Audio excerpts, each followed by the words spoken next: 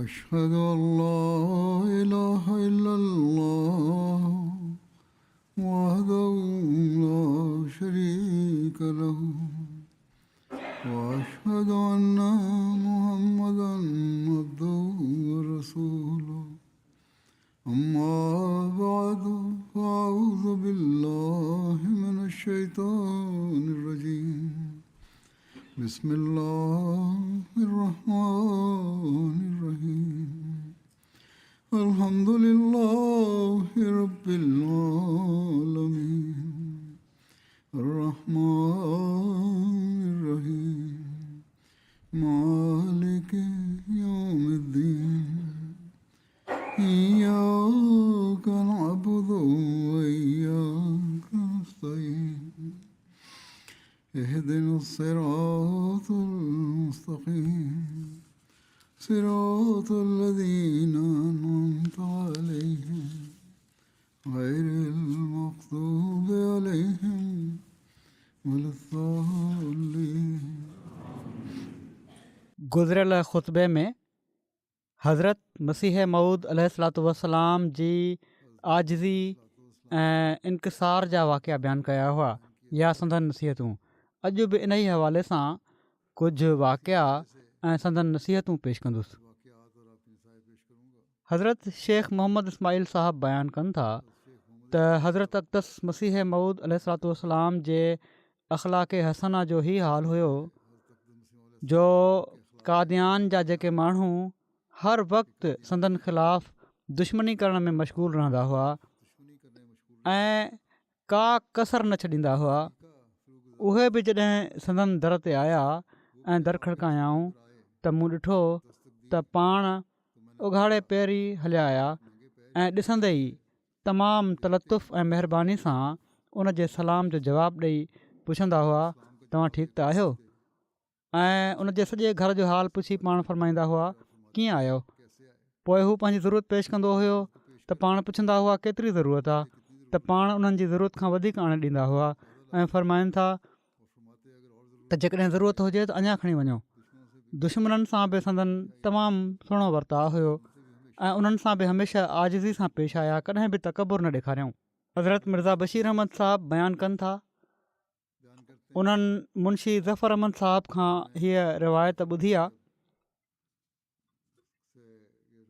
ऐं त मौलवी शेर अली साहब उन्हनि खे ॿुधायो हुयो त हिकु दफ़ो मीरा बख़्श सौदाई हिकिड़ो माज़ूर इंसानु हुयो. दिमाग़ी लिहाज़ खां वॾी मस्जिद मां ईंदे उन हज़रत मसीह मऊद अलैहिस्सलाम खे नालो वठी सॾु कयो. वॾी बदतमीज़ी सां नालो, बहरहाल अकुलु कोन हो हुन में, ईअं ई नालो वठिणो हुयो. चवणु लॻो ओए ग़ुलाम अहमद. पाण ओॾी महिल ई बीह रहिया ऐं फ़रमायाऊं जी. को माइंड न कयऊं. पाण फ़रमायाऊं जी छा थो चईं. उन चयो सलाम ते आख़िया कर. माना त पंजाबी में उन चयो त पहिरियां सलाम कर. पंहिंजो पाण खे ऑफिसर सम्झे पियो हू पंहिंजे ख़्याल में वीचारो. पाण फ़रमायाऊं अस्सलामु अलैकुम. पोइ उन चयो मामिलो अदा कर. ज़िमेदारनि में मामिलो उते अदा कयो वेंदो आहे, हिकिड़ो टैक्स हूंदो आहे गवर्नमेंट तरफ़ां. बहरहाल हुज़ूर उन जी ॻाल्हि ॿुधी खीसे मां रुमाल कढी उन मां 4 आना या 8 आना उनखे ॾेई छॾिया ऐं हू ख़ुशि थी पोइ हलियो वियो ऐं सेरा चवणु लॻो, साराह वारा शेर ॻाइणु लॻो. दिमाग़ी तौर ते माज़ूर जी ॻाल्हियुनि खे बि पाण कॾहिं बि उन्हनि खे ख़राबु न सम्झऊं, माइंड न कयऊं ऐं इन जे लाइ बि बीह रहंदा हुआ. मास्टर नज़ीर हुसैन साहब बयानु कनि था त जॾहिं बि पंहिंजे वालिद सां गॾु मां कादियान हुज़ूर वटि आयुसि ऐं हुज़ूर खे इतलाह करायो वियो त हकीम मरहम ईसा साहब आया आहिनि त मां हमेशह इहो ई ॾिठो त हुज़ूर इतलाह मिलंदे ई फ़ौरन ॿाहिरि अची वेंदा हुआ ऐं उन वक़्तु कुझु न कुझु खाइण जे लाइ बि पेश फ़रमाईंदा हुआ. ऐं कॾहिं कॾहिं पहिरियां हीअ बि थींदो हुयो त पाण वञी खाधो खणी ईंदा हुआ. लिखनि था त हुज़ूर एॾी सादगी सां महिमाननि सां मिलंदा हुआ जो मां कॾहिं कॾहिं हुज़ूर खे अहिड़ी हालति में ॾिठो आहे जो हुज़ूर जे हथ में कलम हूंदो हुयो ऐं कॾहिं कॾहिं हुज़ूर पहिरियों घाड़े हलिया ईंदा हुआ. घर कमरे में वेठा हूंदा हुआ, उअं ई ॿाहिरि हलिया ईंदा हुआ दर नॉक थियण ते. त जेकॾहिं कॾहिं हुज़ूर मस्जिद में वेठा हूंदा हुआ ऐं को महिमान ईंदो हुयो त हुज़ूर उन सां अक्सर उथी हथु मिलाईंदा हुआ। ऐं जेकॾहिं हुज़ूर कंहिं ॿिए सां ॻाल्हि करे रहिया हूंदा हुआ ऐं को अची वेंदो हुयो ऐं हुज़ूर वटि वेही हथु मिलाईंदो हुयो त हुज़ूर फ़ौरन उन ॾांहुं तवजो फ़रमाईंदा हुआ ऐं उनजो हाल वग़ैरह पुछंदा हुआ। मक़सदु हुज़ूर तमामु आजिज़ी सां पाण वटि अचण वारनि खे रिसीव कंदा हुआ। हज़रत मुफ़्ती मोहम्मद सादिक़ साहिबु चवनि था त मूंखे यादि आहे त हिकु दफ़ो मां लाहौर मां कादियान आयो हुउसि। ग़ालिबन 1897 या 98 जो वाक़ियो हूंदो। हज़रत साहिबु मस्जिद मुबारक में मूंखे विहारियो। उन वक़्तु नंढी मस्जिद हुई। पाण फ़रमायाऊं त वेह मां मानी खणी थो अचां। हीअ चई पाण अंदरि विया। मां सोचियो त कंहिं ख़ादिम जे हथु मोकिले छॾींदा, पर कुझु मिंटनि खां पोइ जो दरी खुली त मां छा थो ॾिसां त पंहिंजे हथ सां वॾी प्लेट माना त ट्रे में खाधो मुलाए रखियूं अचनि पिया था। मूंखे ॾिसी फ़रमायाऊं त तव्हां खाधो खाओ, मां पाणी थो आणियां। बेख्तियार चवनि था रिकत विचां मुंहिंजा ॻोढ़ा निकिरी आया त जॾहिं हज़रत असांजा मुक़्तदा ऐं पेशवा थी असांजी हीअ ख़िदमत कनि था त असांखे पाण में हिक ॿिए जी केॾी न ख़िदमत करणु घुरिजे। संदन सादगी ऐं आजिज़ी जी हिकिड़ी रिवायत हज़रत मिर्ज़ा बशीर अहमद साहिबु बयानु कनि था त हिकिड़ी ख़ातून माई भोली माई जीवा जे हवाले सां उन्हनि बयानु कयो त हिकु भेरो हुज़ूर आया त मां नई कणिक भुञी खणी वियसि ॻोठु।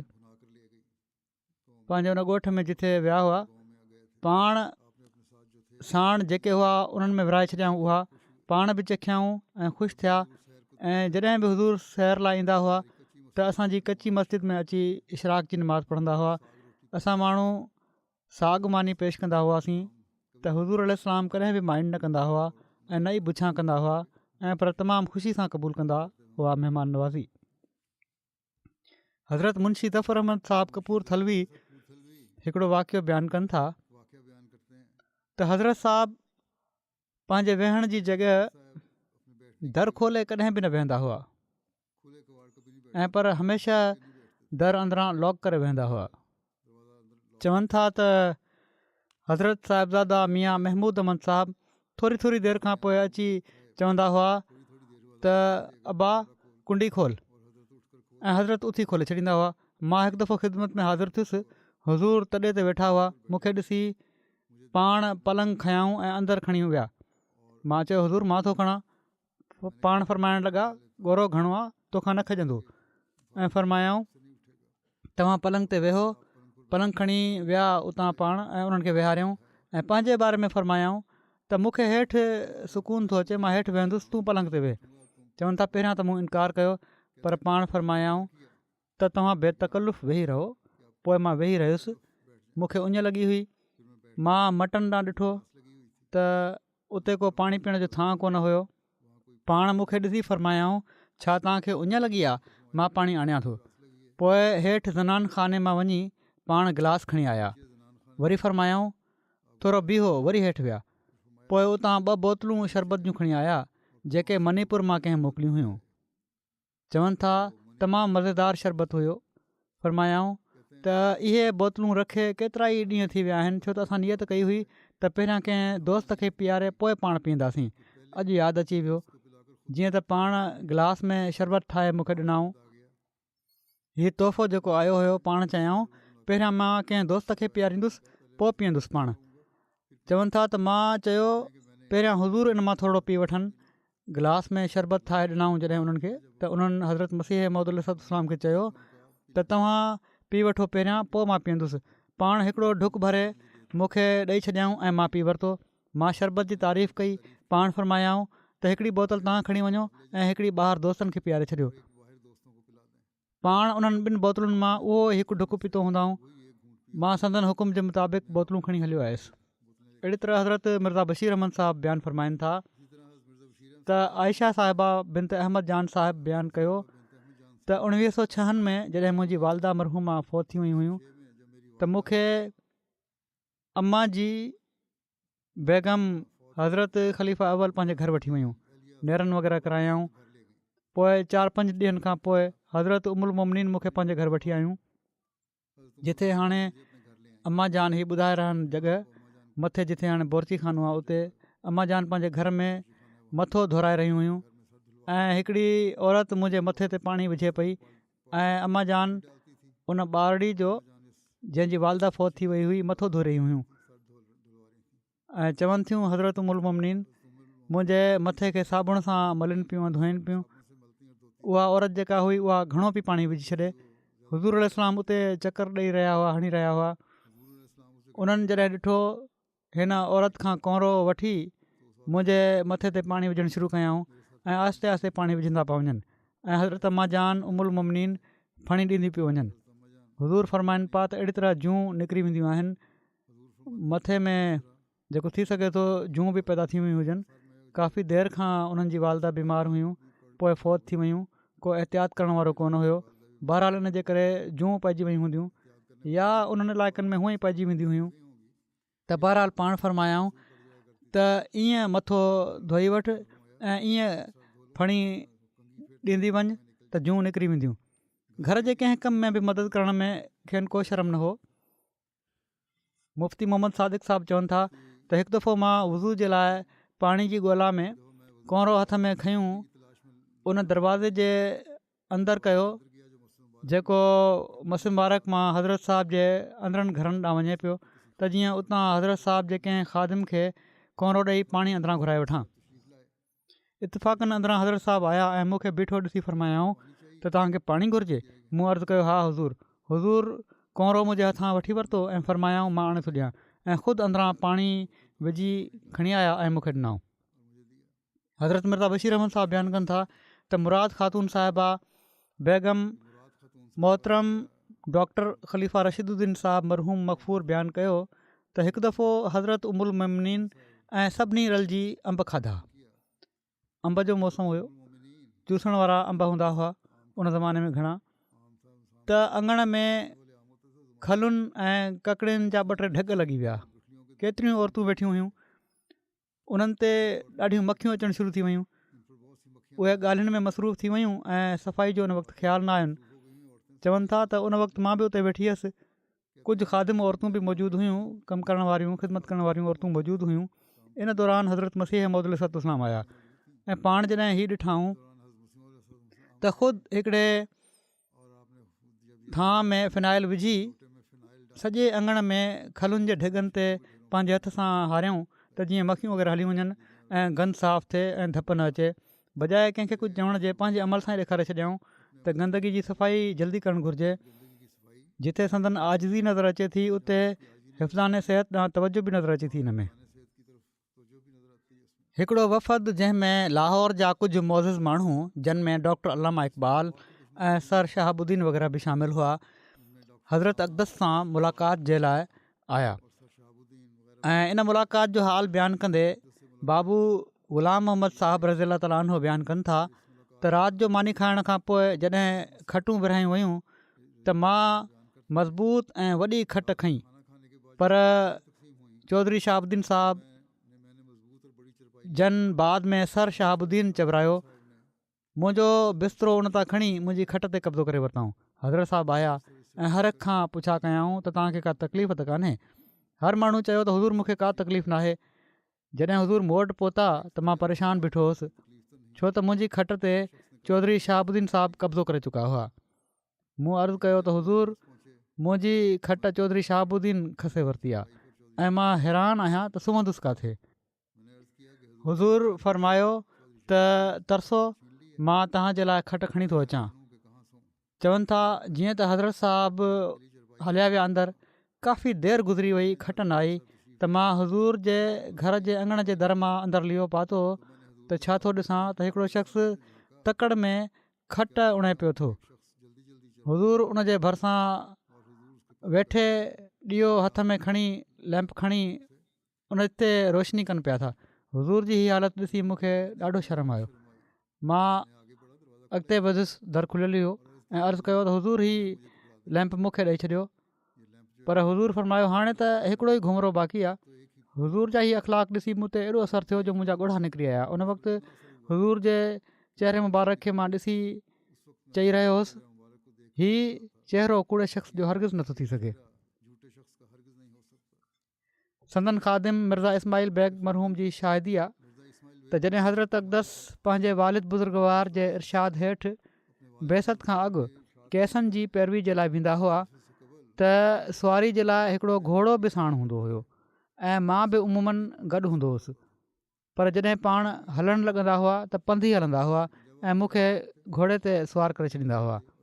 जेको ख़ादिम हुयो उनखे घोड़े ते सुवारु करे छॾींदा हुआ ऐं पाण पंधु हलंदा हुआ। चवनि था मां बार बार इनकार कंदो हुउसि ऐं अर्ज़ु कंदो हुउसि त हज़ूर मूंखे शर्म थो अचे। पाण फ़रमाईंदा हुआ त असांखे पंधु हलंदे शर्म नथो अचे, तोखे सुवारु थींदे छो थो शर्म अचे। जॾहिं हज़रत कादियान मां हलंदा हुआ त हमेशह पहिरियां मूंखे सुवारु कराईंदा हुआ। जॾहिं अधु खां घटि या वधीक रस्तो तइ थी वेंदो हुयो त मां लही पवंदो हुउसि ऐं पाण सुवारु थी वेंदा हुआ। ऐं अहिड़ी तरह जॾहिं अदालत मां वापसि ईंदा हुआसीं त पहिरियां मूंखे सुवारु कराईंदा हुआ ऐं बाद में पाण सुवारु थींदा हुआ। जॾहिं पाण सुवारु थींदा हुआ त घोड़ो जीअं हलंदो हुयो उअं ई हलणु ॾींदा हुआ त जीअं मां गॾु गॾु हलां पियो थो त मूंखे तकलीफ़ न थिए।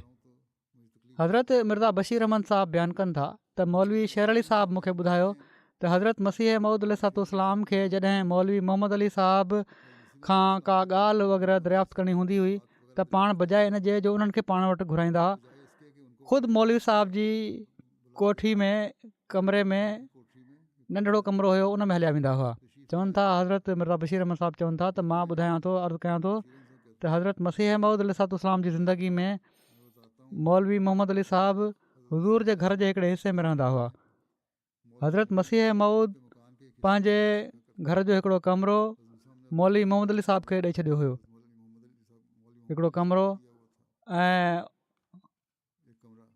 उन्हनि जे कमु करण जो दफ़्तरु इन ई नंढड़े कमरे में हूंदो हुयो जेको मस्जिद मुबारक जे लॻ ओभर पासे मौजूदु आहे। उते हज़रत मसीह मऊद अलैहिस्सलाम ख़ुदि उन्हनि वटि हली वेंदा हुआ। अफ़सोस आहे त मौलवी साहब हुज़ूर जी आज़िज़ी मां जेको सबक़ु वठिणो हुयो उहो न वरितऊं ऐं आख़िर में वॾाईअ उन्हनि खे नुक़सानु पहुचायो।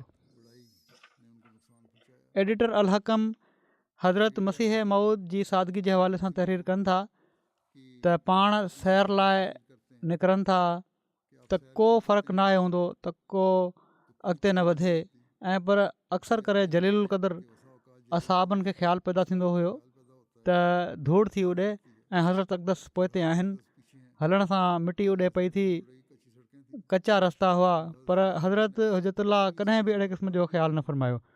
अक्सर ईअं थो थिए जो पुठियां माण्हू हलंदा पिया था अचनि ऐं आला हज़रत खे थुॾो लॻी थो वञे या जुती निकिरी वई या कंहिंजो पेरु लॻी वियो या लठ किरी पई थुॾो लॻण सां, पर कॾहिं बि कंहिं न ॾिठो या ॿुधो हूंदो त पाण कॾहिं कावड़ कई हुजनि या को ख़ासि ढंग पसंदि कयो हुजनि। हीअ न चयाऊं त तूं ख़्यालु नथो करीं। मस्जिद में केतिरा ई भेरा ईअं थियो जो पाण असाबनि जे ज़ुमरे में वेठा आहिनि ऐं को ओपिरो आयो ऐं उन अॻिते वधी मौलाना अब्दुल करीम साहब या हज़रत हकीमुल उम्मत ख़लीफ़ा अव्वल सां हथु मिलायो ऐं मसीह मौद हिननि खे सम्झाई, हिननि ॿिन्ही बुज़ुर्गनि खे, त हिननि बुज़ुर्गनि पोइ ॿुधायो, माण्हुनि खे ॿुधाईंदा हुआ त हज़रत साहिबु ही आहिनि।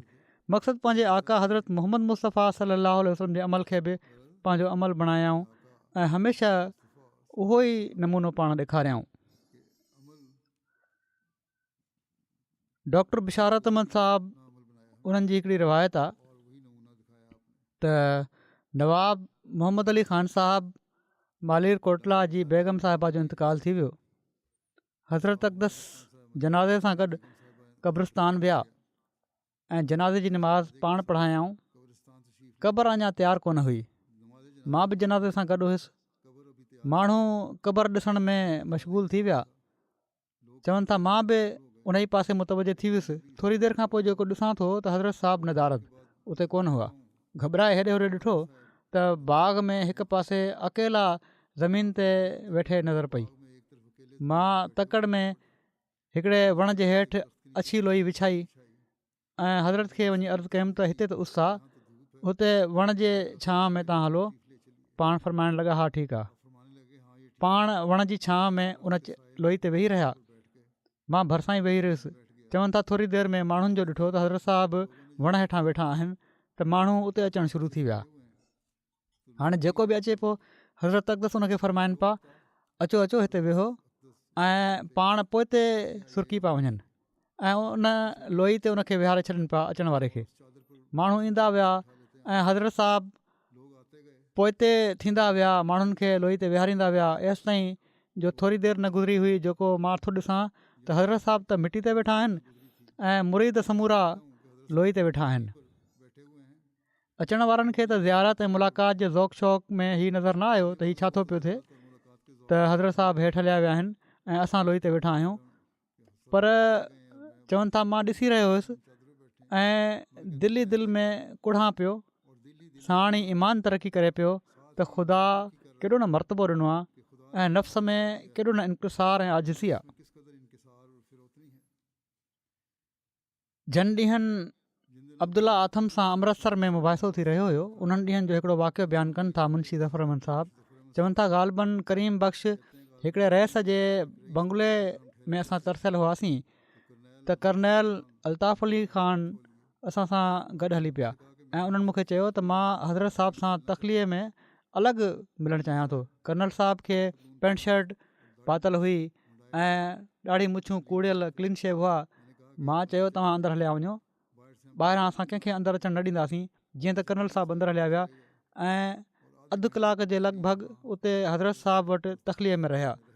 कर्नल साहिबु जॾहिं ॿाहिरि आया त अखियूं भिनल हुअनि, अखियुनि मां ॻोढ़ा वही रहिया हुअनि। मां उन्हनि खां पुछियो त तव्हां कहिड़ियूं ॻाल्हियूं कयूं आहिनि जो अहिड़ी हालति अथव। चवणु लॻा जॾहिं मां अंदरि वियुसि त हज़रत साहिबु पंहिंजे ख़्याल में तॾे ते वेठा हुआ, हालांकि तॾे ते सिर्फ़ु उन्हनि जो गोॾो ई हुयो, बाक़ी हिसो ज़मीन ते हुयो।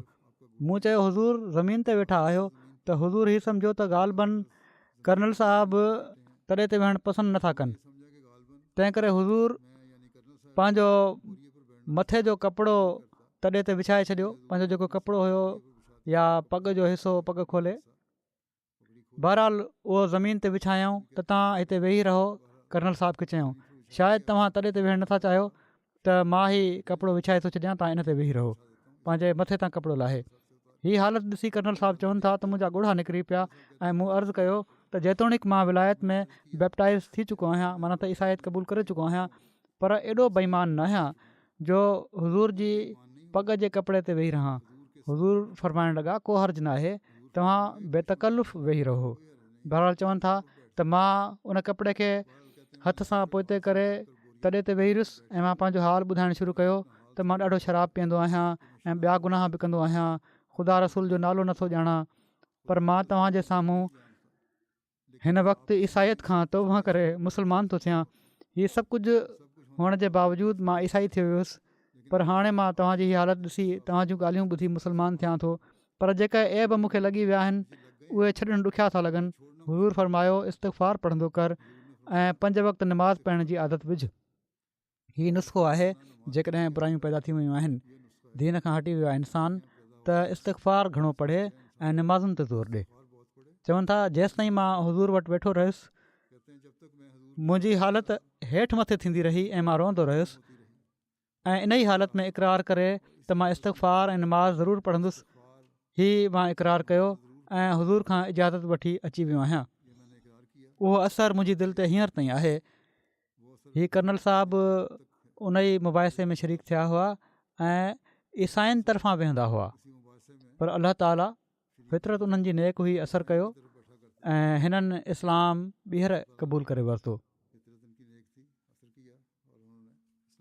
मौलवी अब्दुल करीम साहिबु सियालकोटी बयानु कनि था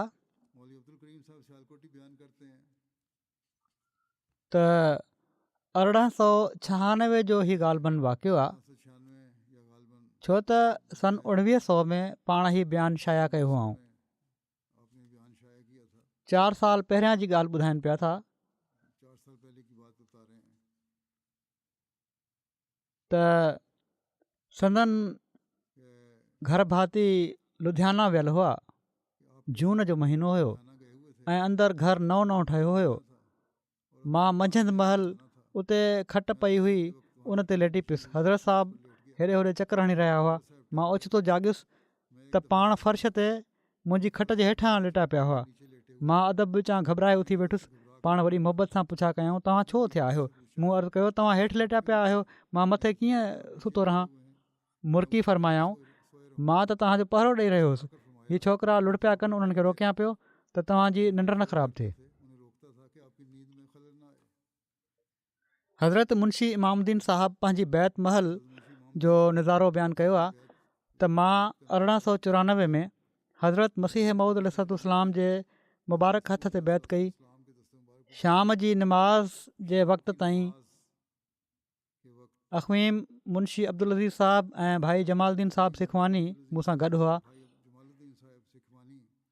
नमाज़ तां फ़ारिग़ थियण खां पोइ मुंशी साहिबु मौसूफ़ मूं ॾांहुं इशारो करे हज़रत अक़दस जी ख़िदमत में अर्ज़ु कयो त हुज़ूर हिननि जी बैत वठी वठो। हुज़ूर फ़रमायो, अंदरि हलिया अचो। जॾहिं मां अकेलो बैतुल फ़िक्र में वियुसि त हुज़ूर हिकिड़ी खट जी पेरांदी ॾांहुं वेही रहिया ऐं मूंखे खट जी सिरांदी ॾांहुं वेहण जो इरशादु फ़रमायाऊं। पहिरियां त मूं हिजाब कयो, पर हुज़ूर जे ॿीहर इरशादु फ़रमाइण ते वेही रहियुसि। पोइ हुज़ूर बैत वरिती।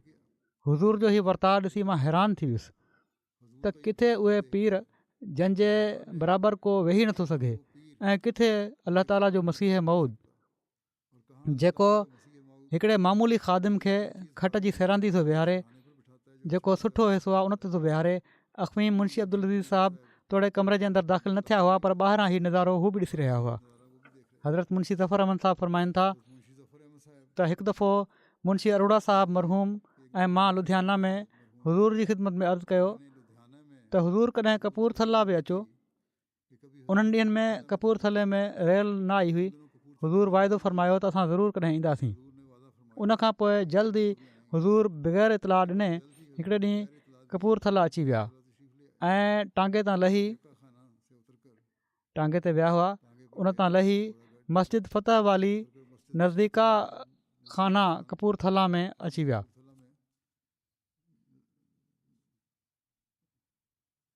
फ़तह वाली मस्जिद हुई। हाफ़िज़ अहमद अली साहिबु गॾु हुआ। मस्जिद मां हुज़ूर उतां जो जेको मुला हुयो उनखे मोकिलियो, गैरहमदी हुयो। मुंशी अरोड़ा साहिबु या मुंशी ज़फ़र अहमद साहिब खे असांजे अचण जो इतलाह ॾे। चवनि था मां ऐं मुंशी अरोड़ा साहिबु कोर्ट में कमु कंदा हुआसीं, शॉर्ट हैंड में लिखंदा हुआसीं। मुला अची इतलाह ॾिनो त मिर्ज़ा साहिबु मस्जिद में वेठा आहिनि ऐं उन्हनि मूंखे मोकिलियो आहे त तव्हांखे इतलाह ॾियां। मुंशी अरोड़ा साहिबु वॾी हैरत वारी नाराज़गी जे लहजे में पंजाबी में चयो, देखूं तो तुम्हारी मस्जिद विच आके मिर्ज़ा साहिबु ने ठहरना है, त तुंहिंजी मस्जिद में अची मिर्ज़ा साहिबु तरसंदा, हीअ कीअं थो थी सघे, कूड़ न ॻाल्हाए। त मां चयो त हली ॾिसणु त घुरिजे। मुंशी साहिबु चयो, ज़फ़र अहमद साहिबु। पोइ मुंशी साहिबु तकड़ में पग ॿधी मूंसां हली पिया। मस्जिद में वञी ॾिठऊं त हुज़ूर फर्श ते लेटिया पिया हुआ ऐं हाफ़िज़ अहमद अली साहिबु पेरनि खे ज़ोर ॾेई रहिया हुआ ऐं भरिसां हिकिड़ो प्यालो ऐं चमिचो पियो हुयो, जंहिंमां मालूम थियो त शायदि पाण खीर पीतो अथनि या का मानी भॼाए खाधी अथनि इन में। मुंशी अरोड़ा साहिबु अर्ज़ु कयो त हुज़ूर हेॾां अचिणो हुयो त असांखे इतलाह ॾियो हा, असां करतारपुर स्टेशन ते हाज़िर थियूं हा। हुज़ूर जवाबु ॾिनो त इतलाह ॾियण जी कहिड़ी ज़रूरत हुई, असां तव्हां सां वाइदो कयो होसीं, उहो पूरो करिणो हुयो, उहो करे छॾियोसीं। हज़रत मसीह मऊद अलैहिस्सलाम फ़रमाइनि था, मुंहिंजी त हीअ हालत आहे त जेकॾहिं कंहिंखे सूरु थींदो हुजे ऐं मां निमाज़ में मसरूफ़ हुजां, मुंहिंजे कन में उनजो आवाज़ु पहुची वञे त मां त हीअ चाहियां थो त निमाज़ भञी बि जेकॾहिं उनखे फ़ाइदो पहुचाए सघां थो त फ़ाइदो पहुचायां ऐं जेसि ताईं मुमकिन आहे उन सां हमदर्दी कयां। हीअ अख़लाक़ जे ख़िलाफ़ु आहे त कंहिं भाउ जी मुसीबत ऐं तकलीफ़ में उनजो साथ न ॾिनो वञे। जेकॾहिं तव्हां कुझु बि उनजे लाइ नथा करे सघो त घटि में घटि दुआ ई कयो। पंहिंजा त परे रहिया, मां त हीअ थो चवां त गैरनि ऐं हिंदुनि सां बि आला अख़लाक जो नमूनो ॾेखारियो ऐं उन्हनि सां हमदर्दी कयो। लाउबाली मिज़ाज हरगिज़ न हुअणु घुरिजे। हीअ सिर्फ़ु नसीहत न आहे ऐं पर संदन जेतिरा वाक़िया ॿुधाया अथनि ख़ुदि संदन इहो ई तर्ज़ अमल हुयो। पाण लिखनि था अॻिते हज़रत मसीह मऊद अलैहिस्सलाम त हिकु भेरे मां ॿाहिरि सैर ते वञी रहियो हुउसि। हिकिड़ो तपेदार अब्दुल करीम मूंसां गॾु हुयो। हू थोरो अॻिते हुयो ऐं मां पोइ ते रस्ते में का पौड़ी का 70-75 सालनि जी ज़ईफ़ा हूंदी उनखे मिली। उन हिकिड़ो ख़तु उन तपेदार खे पढ़ण लाइ चयो, पर उनखे ॻाल्हा ॾेई परते हटाए छॾियो। चवनि था हज़रत मसीह मौद इस्लाम त मुंहिंजी दिलि ते धकु लॻो हिन सां। मां अॻिते उते उनजे वेझो आयुसि त उहो ख़तु मूंखे ॾेई छॾियो। मां उहो खणी बीह रहियुसि ऐं उनखे पढ़ी चङी तरह सम्झाए छॾियो। इन ते उहो तपेदार उनखे शर्मसार बि थियणो पियो, छो त बीहणो त पियो ऐं सवाब खां बि महरूम रहियो। जेकॾहिं आज़िज़ी सां ख़तु पढ़ी छॾियां त भलो।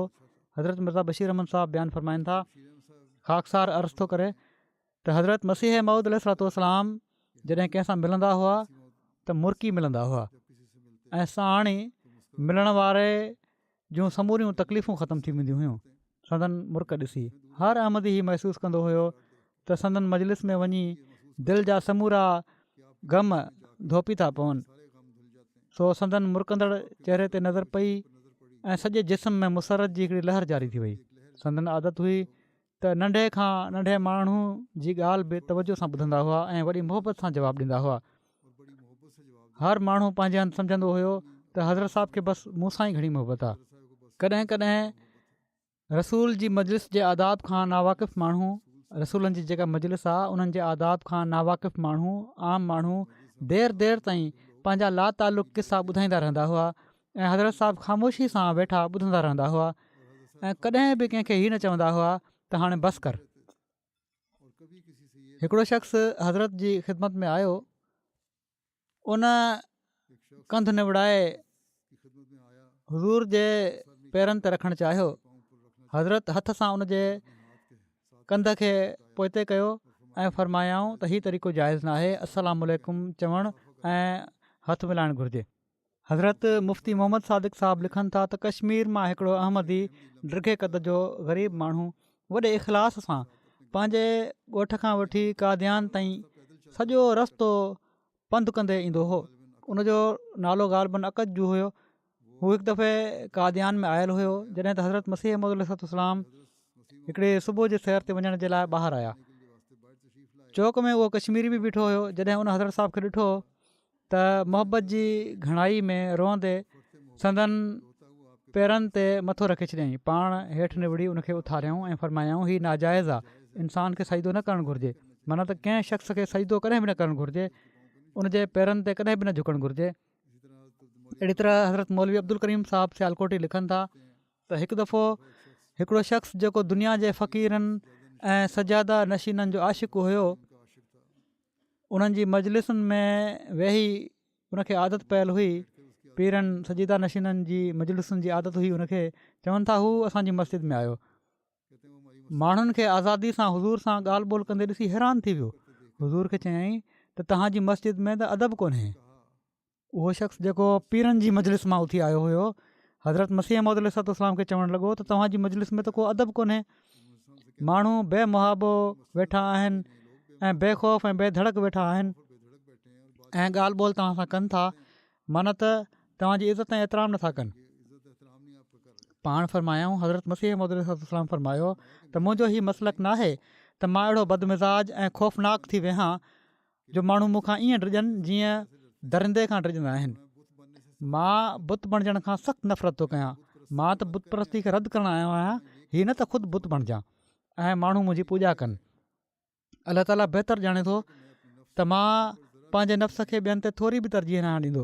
मुंहिंजे वेझो मुतकबिर खां वधीक को बुत परस्त ऐं ख़बीस कोन्हे। मुतकबिर कंहिं ख़ुदा जी पूॼा नाहे कंदो ऐं पर हू पंहिंजी पूॼा कंदो आहे। हज़रत मिर्ज़ा बशीर अहमद साहिबु बयानु कनि था, मुंशी ज़फ़र अहमद साहिब जी हिकिड़ी रिवायत चवनि था त हिकु दफ़ो हज़रत मसीह मऊद अलैहिस्सलाम दिल्ली मां वापसी ते अमृतसर लथा। हज़रत उम्मुल मोमिनीन बि गॾु हुयूं। हुज़ूर हिकिड़े साहिबज़ादे खे जेके ग़ालिबन मियाँ बशीर अहमद साहिबु हुआ झोली में खयों ऐं हिकिड़ी ॻोरी बैग ॿी बगल में खयऊं। माना त हिकु पासे ॿार खयऊं ऐं ॿिए पासे बैग खयऊं ऐं मूंखे फ़रमायाऊं तव्हां पानदान खणी वठो। हीअ बि गॾु हुआ। उन्हनि खे फ़रमायाऊं पानदान जेको आहे उहो तव्हां खणो नंढिड़ो। मां चयो हुज़ूर हीअ बैग मूंखे ॾेई छॾियो। पाण फ़रमायाऊं न। हिकु ॿ भेरा मुंहिंजे चवण ते हुज़ूर इहो ई फ़रमायो त मां बहरहाल पानदान खयों ऐं असां हली पियासीं। एतिरे में 2-3 नौजवान अंग्रेज़ जेके स्टेशन ते हुआ उन्हनि मूंखे चयो त हुज़ूर खे चयो त थोरो बीह रहनि। जीअं त मूं अर्ज़ु कयो हुज़ूर ई चाहिनि था त हुज़ूर थोरा बीहनि। हुज़ूर बीह रहिया। अंग्रेज़ हुआ उते स्टेशन ते। उन्हनि इन ई हालति में हुज़ूर जो फ़ोटो कढियो। हिकिड़ो ॿार बि खयों हलियो हुयो, सामान बि खयों हुयो। उन्हनि फ़ोटो कढियो। हू फ़ोटो कढणु चाहिनि पिया पाण बावजूदु एॾी सादगी जे। उहे माण्हू संदन शख़्सियत मां मुतासिर थिया ऐं उन्हनि चयो त असां चाहियूं था त हिन बुज़ुर्ग जी तस्वीर कढूं। हज़रत मलक मुला बख़्श साहब बयानु कनि था त हिकिड़ा साहिब मियाँ जान मोहम्मद नाले असांजे घर जे साम्हूं अमृतसर में रहंदा हुआ ऐं ॾाढा घणो ॻाल्हाईंदा हुआ। हज़रत अक़दस जे किताब सुरमा चश्मे आर्या जा अमलन हाफ़िज़ हुआ ऐं बावजूदु अनपढ़ियल हुअण जे आर्यन सां ख़ूब बहस कंदा हुआ। उन्हनि खे मिराक दिमाग़ी बीमारी थी वई, डिप्रेशन ऐं जुनूनी हालत जंहिंमें थी वेंदी आहे। उनखे जेको बि मिलंदो आहे उनखे पंहिंजी बीमारी जा हालात ॿुधाईंदा आहिनि। काफ़ी ड्रिगा ड्रिगा काफ़ी देरि बीहारे माण्हू तंग थी पवंदा आहिनि उन्हनि जूं ॻाल्हियूं ॿुधी ॿुधी। ऐं ॻाल्हियूं ॿुधण खां उन्हनि पासो करणु शुरू कयो। कंहिं चयसि त तूं काद्यान वञु ऐं हज़रत मौलवी हकीम नूरद्दीन साहिब खां इलाजु कराए। उन्हनि चयो त हू वॾो माण्हू आहे, मुंहिंजी कहाणी कीअं ॿुधंदो। चवनि था त हज़रत ख़लीफ़ा अवल मुंहिंजी ड्रिघी कहाणी कीअं ॿुधंदा, कहाणी ड्रिघी आहे। उन शख़्स चयो त न, हू वॾा बाख़लाक इंसान आहिनि, ज़रूरु तुंहिंजियूं ॻाल्हियूं ॿुधंदा। जीअं त हू माण्हू काद्यान अची वियो। इतफ़ाक़ ईअं थियो जॾहिं हू टांगे तां लथा त उन ई वक़्तु हज़रत अक़दस ख़ुदाम समेत सैर तां वापसि अची रहिया हुआ। टांगे वारे चयो त उहे मिर्ज़ा साहिबु अचनि पिया था। पोइ छा हुयो, हू माण्हू टांगे तां लथो ऐं सिधो वञी हथु मिलायईं ऐं पंहिंजी बीमारी जो हाल पंहिंजी मिराकी हालति में ॿुधाइणु शुरू कयईं। घबराहट में जहिड़ी तरह बयानु कंदो हुयो, ड्रिघी ड्रिघी कहाणी शुरू करे ॾिनई। कहाणी एॾी ड्रिघी थी वई जो सभई माण्हू तंग थी पिया, पर हज़रत अक़दस आराम सां बीठा उन्हनि जे हथ में हथु ॾेयूं सभु कुझु ॿुधंदा रहिया। आख़िरकार मियाँ जान मोहम्मद साहिबु पाण ई चयो, हीउ शख़्स जेको हुयो मरीज़, उन पाण चयो त हाणे मुंहिंजो वात सुकी वियो आहे, मां हाणे ॻाल्हाए नथो सघां, मां त एॾो ॻाल्हाए चुको आहियां ऐं तव्हां ॿुधंदा पिया था वञो। इन ते हुज़ूर फरमायो त ठीकु आहे, तव्हां महिमान खाने वञो, कुझु खाओ पीओ। ऐं पोइ मौलवी साहिबु माना त मतिलबु हुयो हुज़ूर जो त हकीम मौलवी नूरद्दीन साहिब खे हालात ॿुधाए उन्हनि खां दवा वठो। जीअं त हीउ साहिबु फ्रेश थी मौलवी साहिब जी ख़िदमत में हाज़िर थियो, हज़रत हकीम नूरद्दीन साहिब जी ख़िदमत में, ऐं उहो ई दास्तान ड्रिघो शुरू करे ॾिनई। हज़रत मौलवी साहिबु तकड़ में नुस्ख़ो लिखी ॾिनुसि, थोरो बयानु कयईं। उन्हनि खे ख़बर पइजी वई हकीम हुआ त कहिड़ी बीमारी आहे। नुस्ख़ो लिखी ॾिनऊं ऐं चयऊं त मूंखे तव्हांजी बीमारी मालूम आहे ऐं उनजी कहाणी न ॿुधाऊं। उन्हनि नुस्ख़ो त वरितो पर चयऊं त चवनि त पिया त मौलवी नूरद्दीन साहिबु वॾा बाख़लाक आहिनि, पर हज़रत मिर्ज़ा साहिब जे अख़लाक सां उन्हनि खे कहिड़ी निस्बत। एॾो उन्हनि ते एॾो असरु थियो जो उन्हनि बैत करे वरिती। पहिरियां बैत न कई हुआऊं, इन ते बैत करे वरिती उन्हनि। हीउ वाक़ियो उन्हनि जी मौजूदगी में चवनि था मूंखे डॉक्टर इबादुल्ला साहिबु मरहूम ॿुधायो ऐं उन्हनि इन जी तस्दीक बि कई। अहिड़ी तरह हज़रत मिर्ज़ा बशीर अहमद साहिबु लिखनि था त मास्टर अलादिता साहिबु तहरीर ज़रिए बयानु कयो त हिकु दफ़े लाहौर में अहमदिया बिल्डिंग्स में हुज़ूर वेठा हुआ जो शरकपुर भीनी मां हिकिड़ो ज़ईफ़ुल अम्र हीणो शख़्स मुस्तक़ीम नाले हुज़ूर जी ख़िदमत में ज़ियारत जे लाइ आयो। माण्हुनि जे मेड़ में हू हुज़ूर ताईं न पहुची सघियो ऐं ॾाढियां आवाज़ में चयाईं, हुज़ूर मां त ज़ियारत जे लाइ आयो आहियां। हुज़ूर फरमायो त कुराड़े खे अॻिते अचणु ॾियो। पोड़ो माण्हू हुयो पर हू चङी तरह उथी न पियो सघे। इन ते हुज़ूर फरमायो त कुराड़े खे तकलीफ़ न ॾियो। पोइ हुज़ूर पाण उथी उन्हनि जे भरिसां अची वेही रहिया। अहिड़ी तरह हज़रत मिर्ज़ा बशीर अहमद साहिबु रिवायत बयानु कनि था डॉक्टर मीर मोहम्मद इस्माइल साहिब जी त जॾहिं हज़रत मसीह मऊद अलैहिस्सलाम पंहिंजे कुझु ख़ुदाम समेत बाबा साहिब जो चोलो ॾिसण जे लाइ डेरा बाबा नानक विया त उते बड़ जे हिकिड़े वण हेठि कुझु लटा विछाए जमायत जा माण्हू हुज़ूर सां गॾु वेही रहिया। मौलवी मोहम्मद अहसन साहिब बि गॾु हुआ। ॻोठ जा माण्हू हुज़ूर जी ख़बर ॿुधी उते गॾु थियणु लॻा त उन्हनि मां कुझु माण्हू जेके पहिरियां आया हुआ मौलवी मोहम्मद अहसन साहिब खे मसीह मौद सम्झी उन्हनि सां हथु मिलाए वेहंदा विया। टिनि चइनि माण्हुनि जे हथु मिलाइण खां पोइ हीउ महसूसु कयो वियो त उन्हनि खे ॾाढो धोखो लॻो आहे। इन खां पोइ मौलवी मोहम्मद हसन साहिबु हर अहिड़े शख़्स खे जेको उन्हनि सां हथु पोइ मिलाए हज़ूर ॾांहुं मुतवजो करे पिया छॾनि त हज़रत मसीह मौद अलैहिस्सलाम ही आहिनि। हज़रत शेख अब्दुल कादिर साहिबु तहरीर कनि था त संदन वॾा पुट हज़रत मिर्ज़ा सुल्तान अहमद साहिबु मरहूम फ़रमाईंदा हुआ त वालिद साहिबु पंहिंजी उमिरि हिकिड़े मुग़ल तौरु न गुज़ारी। रैसज़ादा हुआ, मुग़ल हुआ ऐं पर फ़क़ीर तौरु गुज़ारी अथनि। कादियान जे कन्हैया लाल सराफ़ जो ई बयानु आहे त हिकु दफ़ो ख़ुदि हज़रत मिर्ज़ा साहिब खे बटाला वञिणो हुयो। पाण मूंखे फ़रमायाऊं त टांगो कराए ॾे। जॾहिं हज़रत शाख ते पहुता त यादि आयनि त का शइ घर रहिजी वई आहे। टांगे वारे खे उते छॾे ख़ुदि वापसि पंधु आया। टांगे वारे खे पुल ते ॿियूं सवारियूं मिली वियूं ऐं हू बटाला रवाना थी वियो ऐं मिर्ज़ा साहिबु ग़ालिबन पंधु ई बटाला विया। त मां टांगे वारे खे घुराए कुटियो ऐं चयुमि निभागा जेकॾहिं मिर्ज़ा निज़ामुद्दीन हुजे हा त खणी तोखे 3 ॾींहं उते वेहणो पए हा त तूं वेहीं आहे, पर छो त हीउ नेक ऐं दरवेश तबाह माण्हू आहे तंहिं करे तूं हिननि खे छॾे हलियो वएं। चवनि था बहरहाल जॾहिं मिर्ज़ा साहिब खे हज़रत मसीह मौद अलैहिस्सलाम खे जॾहिं इन जो इल्मु थियो त पाण मूंखे घुराए फ़रमायाऊं त हू मुंहिंजे लाइ छाकाणि वेठो रहे हा, उनखे मज़ूरी मिली वई ऐं हू हलियो वियो, तूं उन ते ज़ुल्म छो कयो।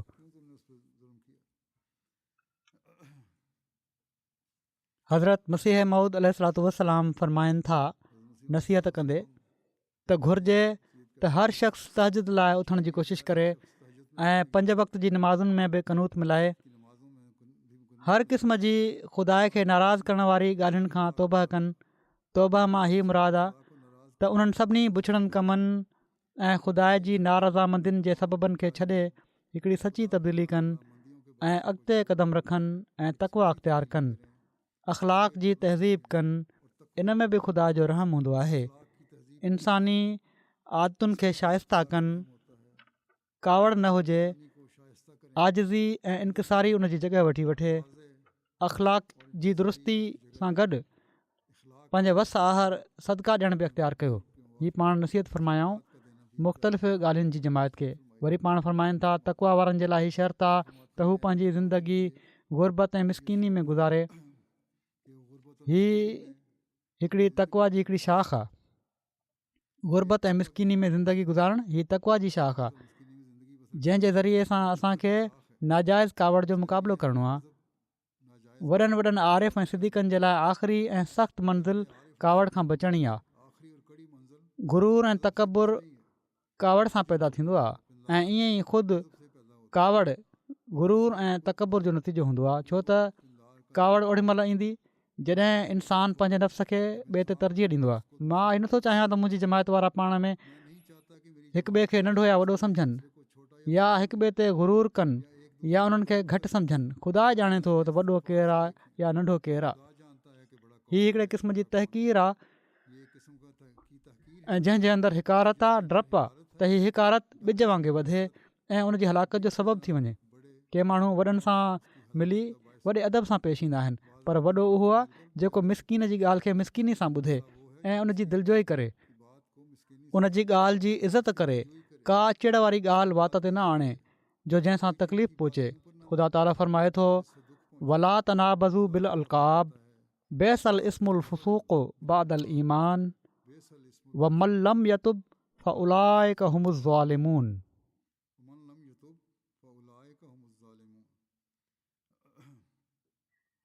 ऐं हिक ॿिए खे ख़राबु नालनि सां न पुकारियो।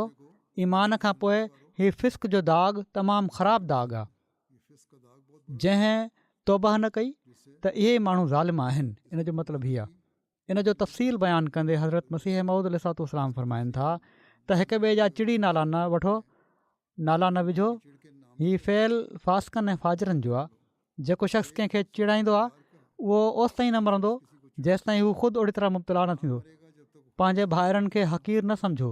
जॾहिं सभई हिकिड़े ई चश्मे मां पाणी पीओ था त केरु ॼाणे थो त कंहिंजी क़िस्मत में घणो पाणी पीअणु आहे। मुकरम ऐं मुअज़्ज़म को दुनिया जे उसूलनि सां नथो थी सघे। ख़ुदा जे वेझो वॾो उहो आहे जेको मुतक़ी आहे। इन्ना अक्रमकुम इंदुल्लाहि अतकाकुम इन्नल्लाह अलीमुन ख़बीर।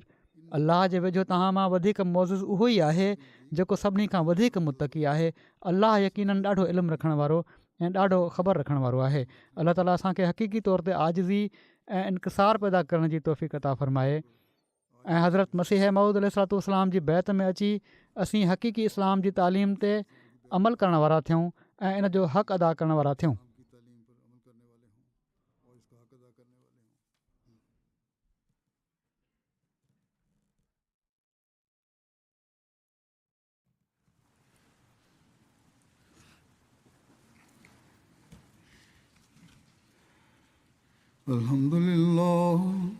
अल्हम्दुलिल्लाह नहमदुहु व नस्तईनुहु व नस्तगफिरुहु व नुमिनु बिही व नतवक्कलु अलैहि व नऊज़ु बिल्लाहि मिन शुरूरि अनफुसिना व मिन सय्यिआति अअमालिना मन यहदिहिल्लाहु फला मुदिल्ल लहु वमन युद्लिल फला हादिय लहु वनशहदु अल्ला इलाहा इल्लल्लाह वनशहदु अन्ना मुहम्मदन अब्दुहु व रसूलुहु